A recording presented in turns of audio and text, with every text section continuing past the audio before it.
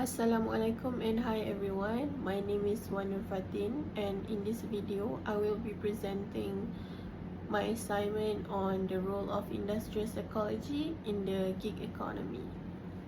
This topic was given by my lecturer and I found it very interesting because it relates closely to what's around us, which is the gig workers like Grab drivers, Foodpanda riders, basically freelancers who keep our modern economy running. So let's dive right in. Have you ever ordered food at like midnight and still got it delivered like super fast? Because I have, and it got me wonder, how are these riders going so strong even at that hour? So that's where the industrial psychology sneaks in, because it's basically the study of how people behaves at work, what keeps us motivated, what stresses us out, and how to make work safer and more meaningful. And the gig economy, that's where all the flexible jobs are, like Grab drivers, Foodpanda riders, and freelancers on Upwork. People who choose when and how much they work. Sounds cool, right? But freedom comes with traits of like unstable income, long working hours, and yeah, so there's more to it than how it looks. So here's the thing, flexibility is the reason why people go for gigs. You're your own boss, you decide when to grind and when to chill. And Maslow's hierarchy of needs says that kind of independence hits our higher level needs like self-esteem and purpose. And Herzberg would call it a motivator, something that make work actually feel good. But let's be real, freedom doesn't pay the bill, and no fixed salary, no benefits. That's hard. And what's wild is many gig workers or degree holders, they wanted to do something else, but their dream jobs doesn't pay enough, so they choose what's practical for them. To me, that shows hustle. They are not avoiding the hard work, they just wanted to be paid fairly for it. That's pure determination right there.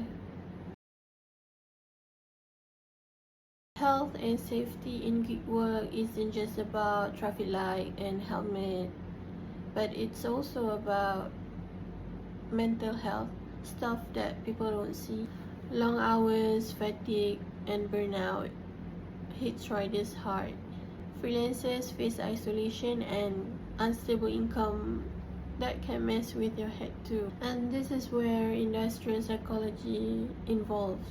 Industrial psychology look at behavior-based safety, like training, awareness, and creating habits that keep people safe and sane. And the platform could use smarter scheduling system or AI system to stop the gig workers from overwork.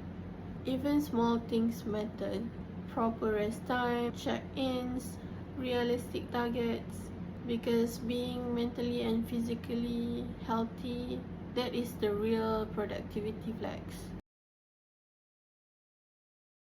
Industrial psychology isn't just a theory, it's a roadmap for a better system. It helps company design fairer platform and understand what workers actually need.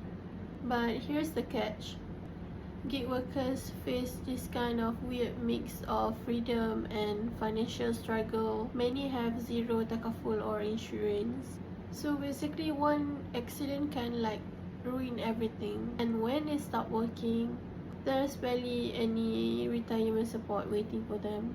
That's why government action matters. In Malaysia, things are finally moving. We've got the mandatory EPF and social contribution like ISAR and incentive, and the upcoming gig worker bills 2025. That bill is a big deal because it forces the platform providers to contribute to social security, makes contracts transparent, set up a dispute tribunal, and even give workers right to appeal unfair stuff. And there's Budget 2026, which boosts Aisara Ain, matching and expand Sukso coverage. Honestly, that's huge because government finally sees gig works as a real career, not just a side hustle. And if we mix those policies with insight from industrial psychology, like focusing on fairness, motivation, and well-being,